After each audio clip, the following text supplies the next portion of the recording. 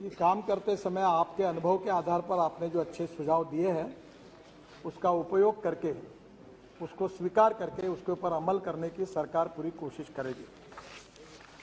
सम्माननीय अध्यक्ष महोदय, मैं बहुत बार ये कह चुका हूं कि हमारे रोड हमारे प्रॉस्पेरिटी के साथ जुड़े हुए हैं और इसीलिए मैं जब से इस क्षेत्र में काम कर रहा हूं, जॉन केनेडी, इनका एक वाक्य मैं हर समय याद रखता हूं और उन्होंने कहा था कि American roads are not good because America is rich, but America is rich because American roads are good.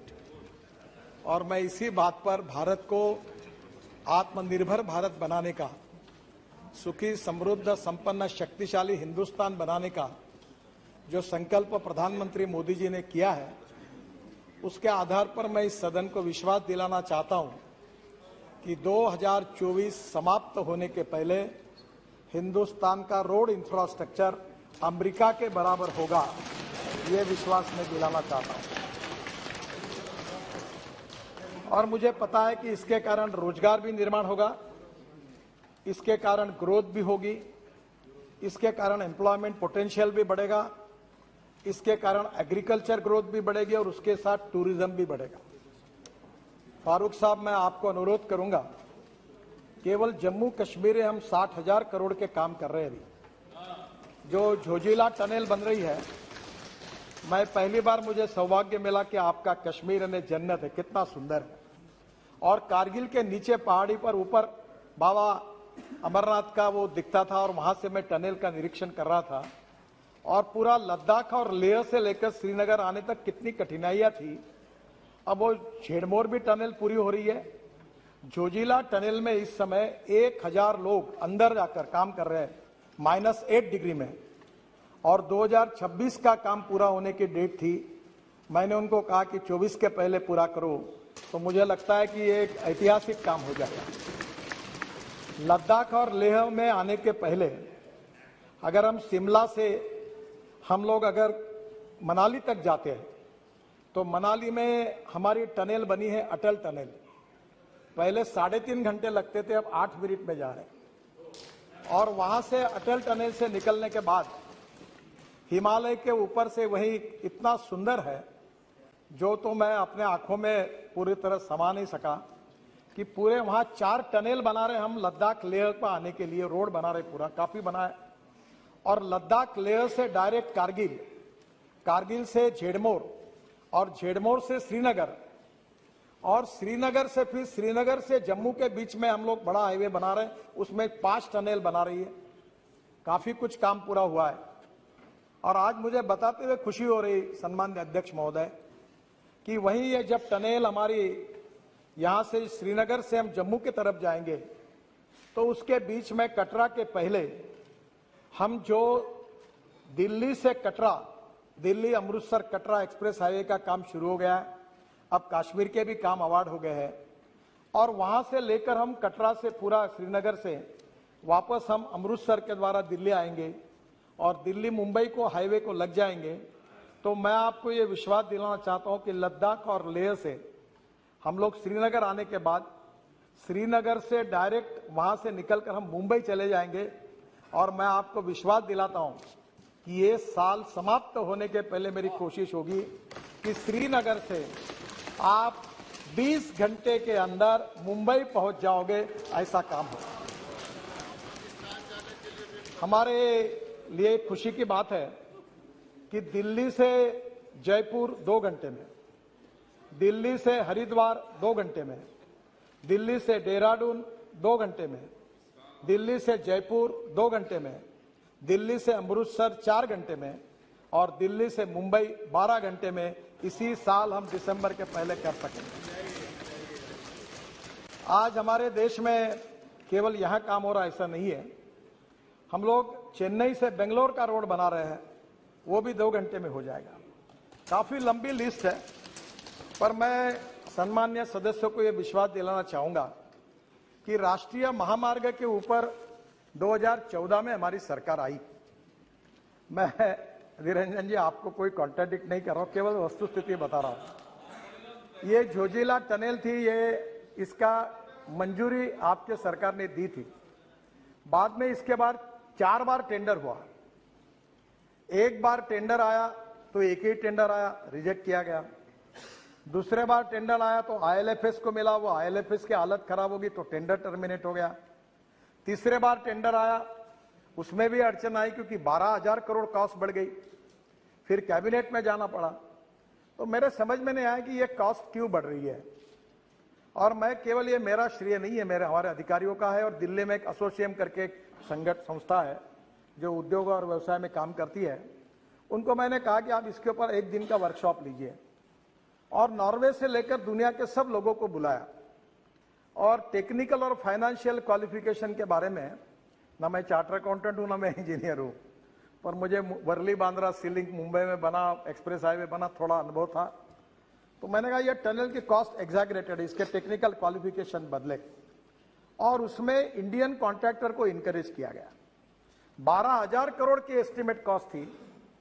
और आज मुझे बताते हुए एक खुशी हो रही है, हमारे यहां तो अभी तो मैं 50 लाख करोड़ के काम कर चुका हूं। और इस सदन को विश्वास के साथ नम्रतापूर्वक बताना चाहता हूं, यहां तो थोड़ी भी गड़बड़ हुई तो तुरंत आपको पता चल जाता है। आपको 50 लाख करोड़ में एक भी कॉन्ट्रैक्टर ऐसा नहीं मिलेगा कि उसको अपना कॉन्ट्रैक्ट मंजूर करने के लिए कभी मंत्री को मिलना पड़ा, ऐसा एक भी नहीं मिलेगा। आपको कोई ध्यान में आएगा तो मुझे बता दो।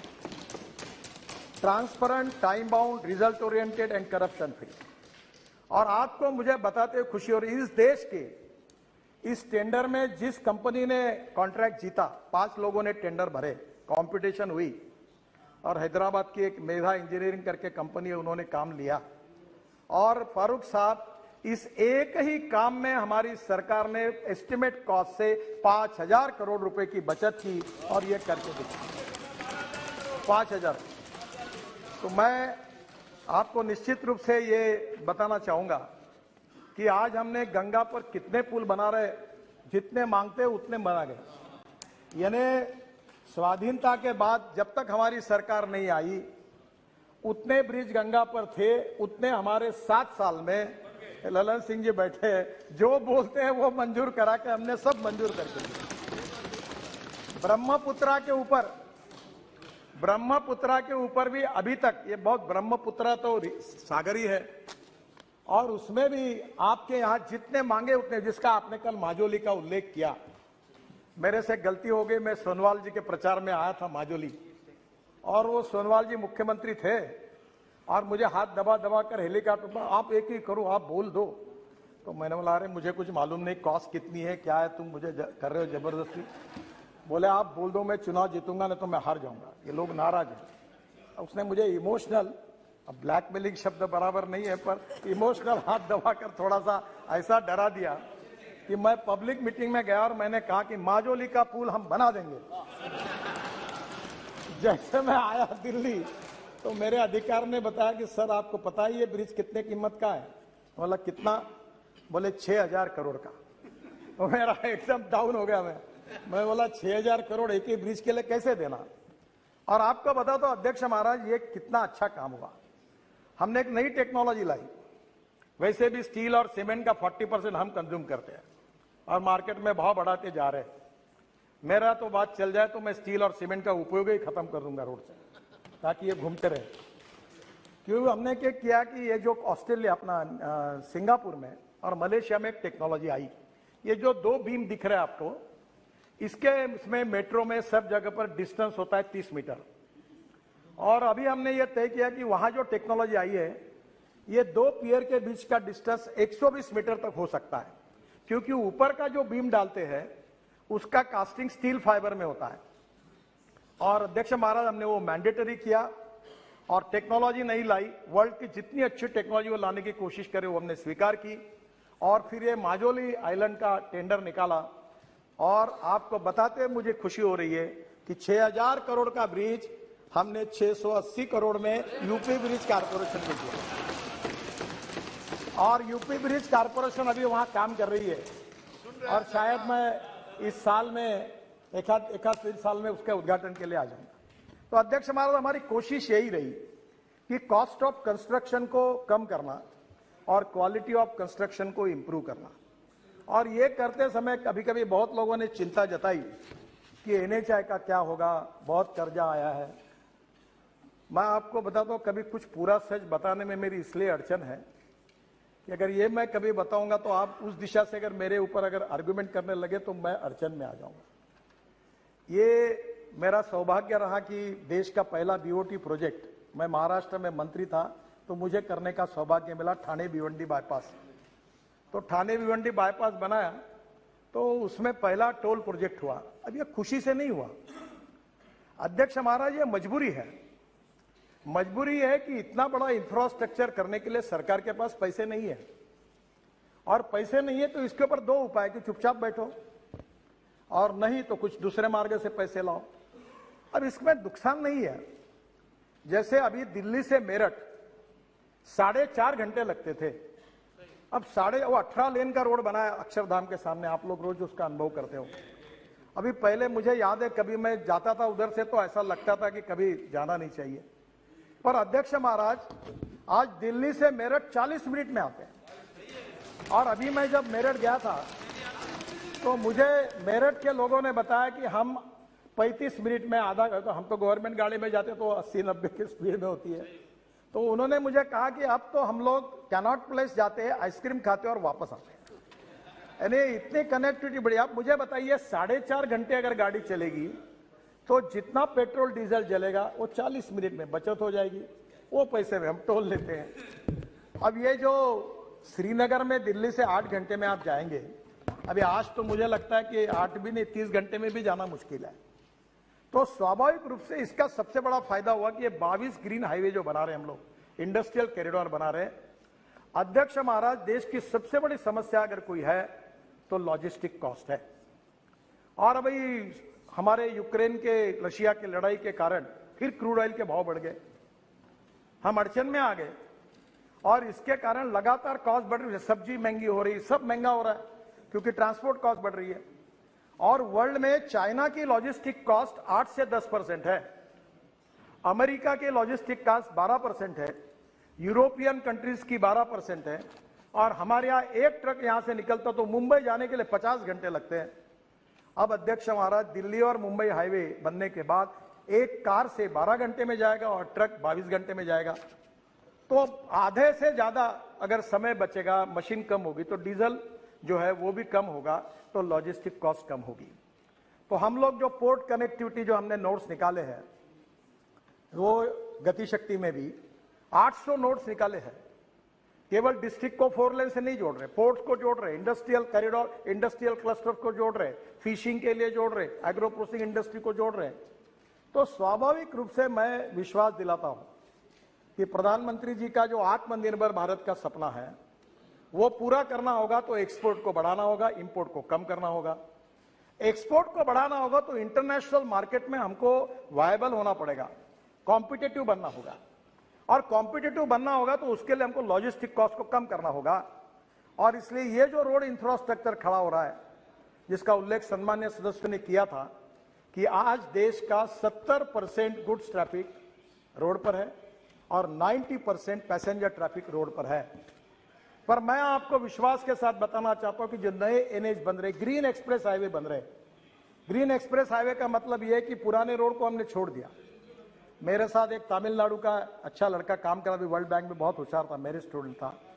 तो उसने एक दिन मुझे कहा कि ये जो रोड ऐसे है, ये देखो, वो गूगल पे गया और उसने दिल्ली से चेन्नई रेस मार दी और मुझे बताया कि ये देखो कैसा घूमते घूमते रोड जा रहा है, ये हम क्यों कर रहे हो। तब उन्होंने पहले आइडिया बताई और हमने नए ग्रीन हाईवे का नेटवर्क खड़ा किया। अब जो महाराष्ट्र में रहते हैं, पूना में, सुप्रिया जी को पता होगा, पूना में इतना ट्रैफिक जाम, इतना एयर पोल्यूशन, मुंबई में पोल्यूशन। अब पूरे उत्तर भारत का ट्रैफिक जो कर्नाटक, तमिलनाडु, तेलंगाना, केरल जा रहा है, वो मुंबई पूना नहीं जाएगा। वो पूना से बेंगलोर जाने के लिए कोल्हापुर की तरफ और सोलापुर की तरफ जाता था, वो ट्रैफिक सूरत से निकलेगा, ग्रीन एक्सप्रेस हाईवे, सूरत से नासिक, नासिक से अहमदनगर, अहमदनगर से सोलापुर और सोलापुर से करनूल। तो पूरा मुंबई पुणे का 50% ट्रैफिक जाम कम होगा। पूरा दक्षिण का पूरा ट्रैफिक जो उत्तर से निकल रहा है वो पूरा सूरत से निकल जाएगा, तो लॉजिस्टिक कॉस्ट भी कम होगी, फ्यूल भी बचेगी। ऐसे 22 ग्रीन एक्सप्रेस हाईवे बन रहे हैं और मेरा विश्वास है कि इसमें निश्चित रूप से काफी फायदा होगा, जिसका उल्लेख बहुत सदस्यों ने किया था कि नेशनल हाईवे के बारे में उन्होंने, हमारे एक सदस्य ने कहा कि हम लोग कोई गलत हिसाब करके बता रहे हैं। जो यूपीए सरकार में हिसाब था वही है, और हिसाब यह है कि हम 8 लेन बनाते तो भी 1 ही किलोमीटर काउंट करते हैं, हम 6 लेन बनाते तो भी 1 ही किलोमीटर काउंट करते हैं, हम 4 लेन बनाते तो भी 1 लेन काउंट करते हैं, और उसी के आधार पर हमने पिछले साल 38 किलोमीटर पर डे हमने ये रोड बनाया। और मैं अध्यक्ष महाराज आपको बताते हुए मुझे खुशी हो रही कि इस देश के लिए हमें इसका अभिमान है कि हमारे विभाग ने 4 वर्ल्ड रिकॉर्ड बनाए। पहला वर्ल्ड रिकॉर्ड ये कि 38 kilometre per day road construction, कोई इसमें ऐसा कोई हमने कई गलत फिगर नहीं बनाई, जो रिकॉर्ड था उसी से बना। उल्टा वेस्टर्न कंट्रीज में 8 होगा किलोमीटर बनाया लेन तो बोलते 8 किलोमीटर बनाया, हम 8 किलोमीटर को 1 ही किलोमीटर कह रहे। जो यूपीए सरकार में पद्धति वैसी पद्धति से बनाया, 38 kilometre highest in the world. दूसरा हमने किया अभी just 1 week ago, we constructed road length of 50 kilometre single lane in 100 hours, longest length of flexible pavement DBM course road construction in 100 hours, world record हो गया। This record happened on the section of Delhi Vadodara greenfield alignment in Panchmahal district of Gujarat. फिर दूसरा record हुआ जो है 1.38 kilometre, ये तो अभी बताया मैंने आपको। ये जो कंस्ट्रक्शन का है ये दूसरा रिकॉर्ड हुआ 2.5 kilometre long 4 lane cement concrete road near Vadodara in 24 hour. 4 lane 2.5 kilometre का रोड हमने केवल 24 घंटे में बनाया। बाद में 26 kilometre single lane between road Solapur Bijapur section NH 52 21 घंटे में बनाया। तो मुझे खुशी है कि हमारे देश में निश्चित रूप से काफी बड़े प्रमाण पर कॉन्ट्रैक्टर की टेक्नोलॉजी में भी सुधार हो रहा है। सर, आप बहुत से लोगों ने क्वालिटी के बारे में कहा, मैं थोड़ा आपको नम्रता पूर्वक कहना चाहता हूं। जो रोड अभी बने हुए हैं, जो रोड 2 साल पहले बने हुए हैं, जो रोड 3 साल पहले बने हुए हैं, जो रोड 4 साल पहले बने हुए और जो रोड 5 साल बने हुए आपके कॉन्स्टिट्यूंसी के, मुझे आप बताइए कि उस रोड पर एक भी गड्ढा है क्या? उस रोड पर बताइए। आप प्रॉब्लम क्या हुआ मैं आपको बताता हूं। प्रॉब्लम यह हुआ है कि जो रोड हमने अभी तक बनाए नहीं वो रिपेयर करते हैं। ये भी एक गोरख धंधा है। वो हर साल 1 इंच का बिटुमिन लगाते हैं रोड मेंटेनेंस के नाम पर, और हर बार सब खुश रहते हैं, सभी लोगों को फायदा होता है। ये आप सबको पता है। मैंने इसको बंद कराया और मैंने कहा वन टाइम डेवलपमेंट में जो, क्योंकि मैं मेरे कॉन्स्टिट्यूंसी में 350 किलोमीटर सीमेंट कॉन्क्रीट रोड बना चुका हूं। आप कभी नागपुर आइए तो कोई गड्ढा ही नहीं दिखेगा आपको, कितने भी बरसात आने दो। तो हमने क्या किया कि एक 6 इंच व्हाइट टॉपिंग की टेक्नोलॉजी निकाली और पूरे तरह कॉन्क्रीटिंग कर दिया है। जो ब्लैक कॉटन सॉइल है वहां प्रॉब्लम होता है, इसलिए जो मेंटेनेंस के प्रॉब्लम है वो आपके सही है। और इसमें एक एनुअल प्लान बनता था, और एनुअल प्लान बनने के लिए उसकी हर स्टेट की एक लिमिट रहती थी कि तुम इतना दो, तुम इतना दो, तुम इतना दो। फिर वो उसको फिर झंझट, इतनी लैंड एक्वायर किया, चक्कर काटने का काम। मैंने एक दिन सेक्रेटरी को, काय के लिए करते हो, पैसा है ना अपने पास, हटाओ लिमिट कैंसिल कर दी। और मैंने सब स्टेट गवर्नमेंट को कहा तुम में जितना दम होगा, जितना भेजना होगा उतना भेजो, सब सैंक्शन कर देता। ये मध्य प्रदेश में गया था, शिवराज सिंह चौहान के घर में मीटिंग चल रही थी, तो वो सेक्रेटरी पूछ रहा था इतना भेजो क्या, इतना। अरे मैंने बोला तुम्हारे पास जितना दम है उतना भेज दे, सब मंजूर कर देंगे। अभी कोई प्रॉब्लम नहीं है सर।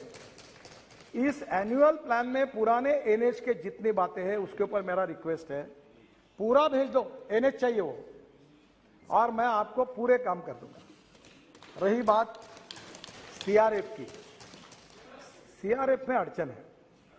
CRF का जो फंड होता है, आपके राज्य में पेट्रोल डीजल पर जो सेस मिलता है, उस सेस का फंड जो होता है वो CRF का होता है, और उसमें मैं पैसा नहीं बढ़ा सकता। जितना मिलता है सेस उतना ही आपको दे सकता हूं। अब वो MP अलग से बोलते हैं, MLA अलग से बोलते हैं, राज्य सरकार अलग से बोलते हैं। अब रोटी बनाने के लिए 2 किलो का आटा है और 2000 लोगों का खाना है, तो थोड़ा गड़बड़ होती है। पर आज मैं एक नई घोषणा कर रहा हूं कि सेतु भारतम करके हमारी योजना थी, और इस बार मैं वित्त मंत्री को धन्यवाद दूंगा कि उन्होंने 1600 करोड़ रुपए ज्यादा सीआरएफ ने हमें दिए हैं। तो हमने एक सेतु भारतम योजना बनाई थी कि एनएच पर जितने आरओबी थे हम पूरे बनाने के लिए कोई 150-200 बना रहे हैं। अब उसी सेतु भारतम योजना को मैंने ये 1600 करोड़ ऐड करके दिए, और ये रेलवे और हमारे काम जो चलते प्रपोजल आते आते तो 1:6 क्या 1:8 किया तो भी फर्क नहीं पड़ता, क्योंकि ये करते करते बहुत टाइम लगता है। पर 1:6 भी पकड़ा तो भी 8 से 10 हजार करोड़ होते हैं। और मैं आज सदन में घोषणा कर रहा हूं कि सेतु भारतम में आपके कॉन्स्टिट्यूंसी में चाहे म्यूनिसिपल कॉर्पोरेशन का आरओबी हो, चाहे डिस्ट्रिक्ट का हो, चाहे स्टेट पीडब्ल्यूडी का हो, चाहे कहीं का भी, जहां रेलवे फाटक बंद करना होगा उतने आरओबी और आरओबी के प्रोजेक्ट प्रपोजल स्टेट गवर्नमेंट के थ्रू पता मुझे भेज दीजिए। मैं 100% अपने पैसे से वो पूरे बनाता हूं। आप तुरंत भेज दीजिए, क्योंकि इसके पहले हमें बंधन था कि मैं केवल एनएच के ऊपर ही काम कर सकता था। तो एनएच के ऊपर के आरओबी जो है वो हमारे पैसे से करेंगे, और जो अब स्टेट के इसमें है वो जो पूरे स्टेट और कारपोरेशन के, पूरा मेरा होने तो फिर आप पूछ लीजिए, पूरा स्टेट के, कारपोरेशन के, नगर परिषद के, जो गांव में इतने कीचड़ होता है, वहाँ ट्रैफिक जाम होता है, लोग तंग आते, मैं भी भुगत चुका हूँ। और हमारे नहीं, अपना नहीं है, वो स्टेट का है, वो नगर पालिका है। तो अभी कुछ चिंता मत करो, सब भेज दो, मैं सब मंजूर कर दूंगा, आप लाओ लो सब। तो ये कम से कम 8-10 हजार करोड़ के आरओबी में मुझे लगता है आपके प्रॉब्लम सॉल्व हो जाएगी। दूसरा, एक बात जरूर है कि बहुत से लोगों ने कहा प्लांटेशन के बारे में, और प्लांटेशन के बारे में मैं भी पूरी तरह से सहमत नहीं हूं। मैं कोशिश कर रहा हूं पर दो चीजों जिनके पूरी सफलता में, प्लांटेशन और रोड सेफ्टी। तो प्लांटेशन में प्रॉब्लम यह है कि अभी हमने ये जो राजमुंदरी करके अपना आंध्र प्रदेश का एक डिस्ट्रिक्ट है, वहाँ बहुत अच्छी अच्छी नर्सरी है। हाँ, yes, you are from that. तो मैंने नियम किया कि 3 मीटर का ही पेड़ लगना चाहिए एनएच पर। तो इनके यहाँ के नर्सरी के पूरे पेड़ खत्म हो गए, क्योंकि अब वो मिले नहीं। अभी नर्सरी भी खोल रहे हैं, और इकोलॉजी एंड इन्वायरमेंट के लिए हमारी कटिबद्धता है। और मैं ये कंस्ट्रक्शन में काम करते हुए अब मैं समझ गया हूं कि झाड़ पेड़ को काटना ठीक नहीं है, और इसलिए सुप्रीम कोर्ट ने 4 धाम के प्रोजेक्ट में हमें परमिशन दी है। अब हम कोर्ट में मामला जीत गए, बद्रीनाथ, केदारनाथ, गंगोत्री, यमुनोत्री को जोड़ने के लिए। फिर भी हमने निर्णय किया है कि हम देश में 1000 कॉन्ट्रैक्टर ऐसे तैयार करेंगे जो केवल ट्रांसप्लांटेशन का काम कर सकते हैं। हम पेड़ तोड़ेंगे नहीं, हम ट्रांसप्लांट करेंगे। अध्यक्ष महाराज, आपको कभी समय मिलेगा तो हम एक स्टेट ऑफ आर्ट प्रोजेक्ट, एक एयरपोर्ट के पीछे द्वारका एक्सप्रेस हाईवे कर रहे हैं सर। 30,000 करोड़ का प्रोजेक्ट है 10 किलोमीटर में, और वो जो प्रोजेक्ट है वहां हमने 12,000 ट्री को, मैंने आग्रह से कहा नहीं तोड़ना, ट्रांसप्लांट सक्सेसफुली किया है। इसमें अलग अलग प्रकार की टेक्नोलॉजी है, और निश्चित रूप से इस देश में 1000 कॉन्ट्रैक्टर ऐसे तैयार करेंगे, पर पेड़ उनको पैसा देंगे, और इसके बाद पेड़ काटेंगे नहीं, ट्रांसप्लांट करेंगे। यही कोशिश हम करेंगे, ये मैं आपको बताना चाहता हूं। सर, एक बात रोड सेफ्टी की है, मुझे आपका भी सहयोग चाहिए। बहुत दिनों में आप लोगों ने भी उल्लेख किया कि वर्ल्ड में जाने के बाद 11% वर्ल्ड के एक्सीडेंट कहाँ होते हैं, तो हिंदुस्तान में होते हैं। मरने वाले लोग ज्यादा कहाँ है, तो हिंदुस्तान में। 5 लाख एक्सीडेंट होते, 1.5 लाख लोगों की मौतें होती है। अब मुझे बताइए, 3 लाख लोग दिव्यांग बन जाते हैं, हाथ पैर टूट जाते हैं, 3% जीडीपी का नुकसान होता है, और ये बहुत ही क्लेशदायक है। इसमें रोड इंजीनियरिंग का भी कारण है। मैं अपने डिपार्टमेंट की जिम्मेदारी लेता हूं। ब्लैक स्पॉट्स, आपने सही कहा, ये डीपीआर बनाने में क्वालिटी अच्छी नहीं है, और इसलिए रोड सेफ्टी को ध्यान में लेकर मैंने कहा ये डीपीआर वाली आउटडेटेड सिस्टम को बंद करो, और पीएमसी, प्रोजेक्ट मैनेजमेंट कंसल्टेंसी लाओ। और इसको प्रोफेशनल, इस समय जो वर्ल्ड के कंसल्टेंट थे वो भाग गए हमारे यहां से।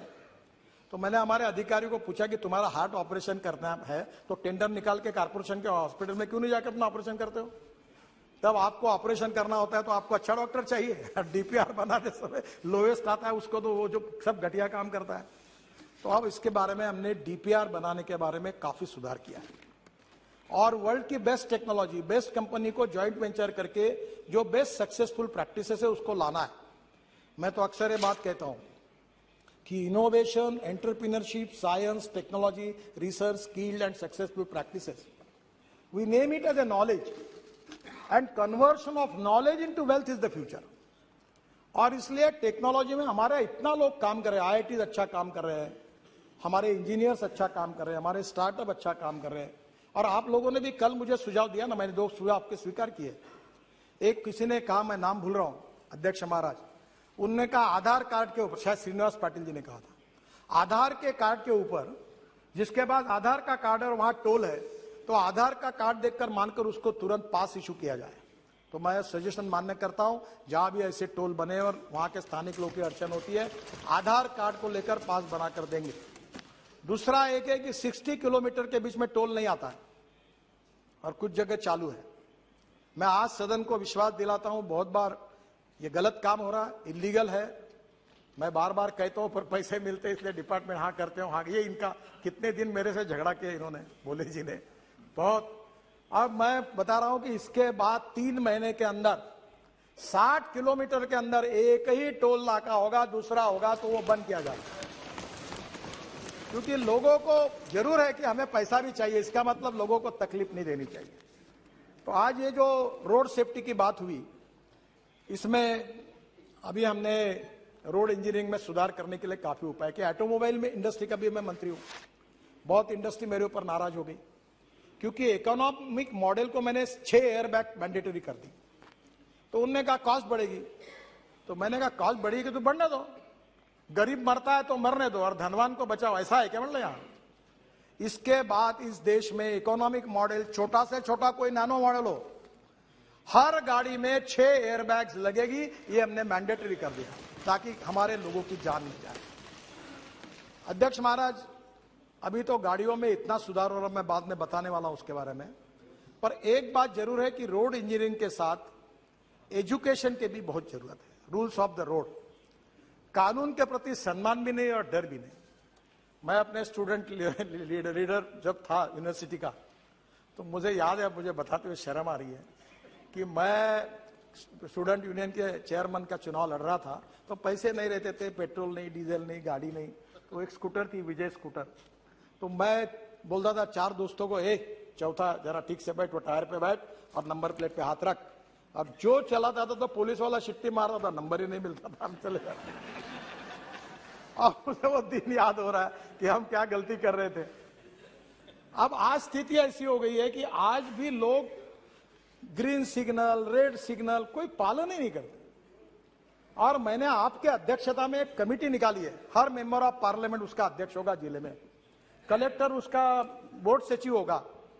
और हमारे यहाँ महाराष्ट्र में, मैंने एक बार महाराष्ट्र में एक्सीडेंट को मराठी में अपघात कहते हैं, ये जो सुप्रिया जी बैठी है, ये पुणे कोल्हापुर रोड पर एक जयसिंहपुर बाईपास था, मैं मंत्री था, एक जगह पर 150 लोग मरे थे, पर सरकार ने सुधार नहीं किया था। और इसलिए हमने इस प्रकार से, जो आपके जिले में, आपके कॉन्स्टिट्यूंसी में जितने एक्सीडेंट होते हैं, आप चिंता करो, आप विजिट करो, आप कलेक्टर को, एसपी को, कमिश्नर, सब आपके कमेटी में, उनको बुलाओ, कारपोरेशन को, एनएच को, स्टेट पीडब्ल्यू नोटिस दो कि यहां लोग मरे, अगले बार कोई मरेगा तो आप जिम्मेदार होंगे, इसको सुधारो। और ऐसे कैसे नहीं सुधारते। आरटीओ को बुलाओ, आरटीओ वाले मेरे से बहुत नाराज है क्योंकि मैंने आरटीओ की 18 सेवाएं डिजिटलाइज कर दी, आरटीओ में जाने की जरूरत ही नहीं। पर इस बात में उनको बुलाइए। और आप उस कमेटी के अध्यक्ष हैं, हर महीने में मीटिंग कर रहे हैं। मेरे ये राज्यसभा के सदस्य डॉक्टर महात्मे, पद्मश्री मिली है उनको, वो कैटरैक्ट में उन्होंने रिकॉर्ड ऑपरेशन बहुत अच्छे हैं, मैंने उनको कार्याध्यक्ष बना दिया, मुझे समय नहीं मिलता। आपको बताता हूं, इतनी मीटिंग होती है हर महीने में और इतने स्पॉट किए और हर जगह वो कार्रवाई कर रहे हैं। मैं आप सबको हाथ जोड़कर अनुरोध करता हूं, कोई लड़ाई में जितने लोग नहीं मरते, कोई कोविड में जितने लोग नहीं मरते, रोड एक्सीडेंट में 1.5 लाख लोग मर रहे हैं और मरने वाले लोगों में 18 से 45 वयोवर्ग के 65% लोग हैं, यंग लड़के हैं। परसों में हमारा एक्सीडेंट हुआ, मुझे बताते हुए दुख हो रहा है, इनको मालूम होगा। एक गाड़ी में वर्धा के रामदास तड़स यहां बैठे एक मेंबर ऑफ पार्लियामेंट, इनके कॉन्स्टिट्यूंसी में, इनके गांव के ढाबे में गए, वहां खाना खाया और वहां से आते समय 140 किलोमीटर के स्पीड से 7 बच्चे एमबीबीएस पार्ट 1 के होशियार लड़के, पूरी गाड़ी अंदर गई और 7 के 7 मर गए। मैं आपसे अनुरोध करता हूं कि इसके बारे में जनता के सहयोग के बिना, लोगों के सहयोग के बिना और लोक प्रतिनिधियों के सहयोग के बिना यह मामला नहीं निपटा जा सकता। केवल कितना भी फाइन बढ़ाया, नया मोटर व्हीकल एक्ट आप सबके सहयोग से मंजूर हुआ, कार्रवाई कर रहे हैं, पर मेरा आपसे अनुरोध है कि आने वाले समय में एक्सीडेंट को रोकने के लिए आप सबका सहयोग चाहिए। आपके जिले के आप अभी परसों मैंने जवाब में कहा था कि हमारे यहाँ भी ये ब्यूरोक्रेटिक सिस्टम ऐसी होती है कि वो एक्सीडेंट का ब्लैक स्पॉट है, फिर सेंट्रल ऑफिस को भेजो। मैंने कहा नथिंग डूइंग। जहां 2 बार एक्सीडेंट हुआ ऐसा ब्लैक स्पॉट होगा, हमारा आरओ और चीफ इंजीनियर 50 करोड़ रुपए का काम तुरंत उसको इंप्रूव करने के लिए खर्चा करेगा और तुरंत उसको छोड़ेगा। ऐसा नहीं तो लोग मरते रहे, हम देखते रहे, ऐसा नहीं होना चाहिए। मेरा आपसे अनुरोध है कि ये एक बहुत बड़ा प्रश्न है रोड सेफ्टी का। देखिए क्या बताएं, अच्छा बताओ या नहीं बताऊं, मुझे संकोच होता है। हाँ, तेलंगाना हाईएस्ट सही है। और आपके कॉन्स्टिट्यूंसी का जो रोड है विजयवाड़ा का, परसों ही मैंने मीटिंग कराई थी, विजयवाड़ा से हैदराबाद, ये रोड में भी यही सब जगह पर ये हो रहा है। आंध्र, तेलंगाना, कर्नाटका, तमिलनाडु केवल एक सरकार है कि जिसने वर्ल्ड बैंक के सहयोग से 50% एक्सीडेंट और 50% डेथ कम किए हैं। और परसों मेरे पास वर्ल्ड बैंक के वाइस प्रेसिडेंट आए थे, इंडिया हमारे आशिया हेड जुएत करके वो भी आए थे, और मैंने उनको कहा कि इसके लिए आप तमिलनाडु मॉडल को पूरे देश में उसको इंप्लीमेंट करो। और मुझे आज बताते हुए खुशी हो रही है कि हम 14,000 करोड़ रुपए, इसमें से वर्ल्ड बैंक और एडीबी 50% भारत सरकार, ऐसी योजना का शुभारंभ तुरंत करने जा रहे हैं, और जिससे राज्य सरकार में भी, सिटी रोड में भी जहां जहां ऐसे ब्लैक स्पॉट होंगे उसको इंप्रूवमेंट करने के लिए हम पैसा देने वाले हैं, ताकि इससे एक्सीडेंट में लोगों की जो मृत्यु हो रही है उसको कम किया जाए। मैं भी भुगत भोगी हूं, मेरा पैर 4 जगह टूटा है पुलिस प्रोटेक्शन में, और इसलिए मैं आपको फिर से अनुरोध करता हूं, जो सरकार में मंत्री वो पहला काम करे, अपने ड्राइवर का आके जांच ले। कैटरैक्ट निकलता है। मैं महाराष्ट्र में मंत्री था तो अनेक ड्राइवर कैटरैक्ट वाले निकले 40%। एक केंद्र सरकार में एक मंत्री थे, उनका ड्राइवर एक आंखों से अंधा ही था, ऐसी गाड़ी चला रहा था। और एक मुख्यमंत्री थे, उन्होंने मुझे बताया, नाम नहीं बताता आपको, मेरा ड्राइवर दोनों आंखों से अंधा था और आवाज पे गाड़ी चला